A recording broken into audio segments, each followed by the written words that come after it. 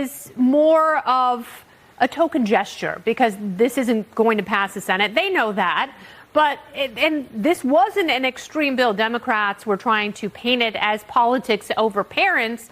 And that's not the case because a lot of apolitical parents are now engaged in this issue. But shouldn't it be a local issue? It should, but at the end of the day, not a single Democrat voted in support of parental rights.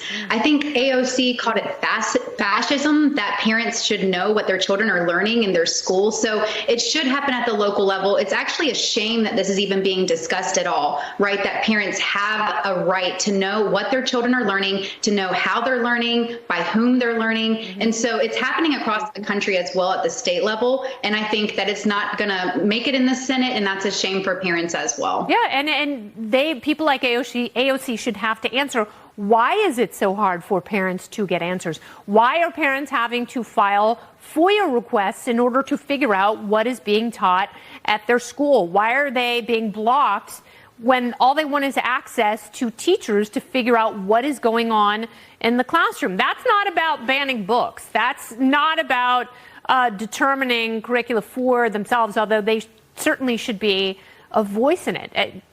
I know a lot of parents have floated this idea, but how do we get our union? The teachers' unions are so incredibly powerful. Parents are obviously way more invested in this. Where's our union?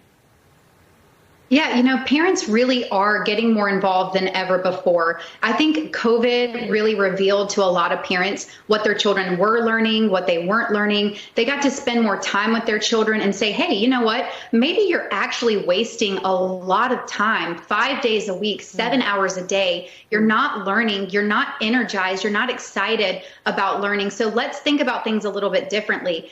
So we've seen a lot of parents pull their children out of government schools, which is why the movement for education savings accounts is so exciting. And that's why it's happening all across the country, to give control back to the parents on how their children are being educated, not the government. And parents talk to each other, and we will figure out, what are better schools? How does your child like this charter school? How do you guys like homeschooling? How do you do it? Parents talk to each other. And if they have the resources, if they have the money to follow their child, then guess what? They're going to go to different institutions. But we are propping up failing schools. And I want to know, again, from people like AOC, why are math and reading scores dropping? Why is this generation of students dumber than their parents? Yeah, and it's not just that. It's that we've lost the joy of learning. So our children are now beholden to this outdated government-run system that's a one-size-fits-all. There's no individualized, customized learning anymore, right? And so, again, taking away the focus from protecting the system, just throwing more money, not seeing the outcomes. Let our children thrive. Let them learn in an environment that works for them, not a government top-down system that was designed by bureaucrats. Well said, Randan. Thank you so much for sharing your time. We'll talk to you again. Thank you. Thanks. Topical Storm is next.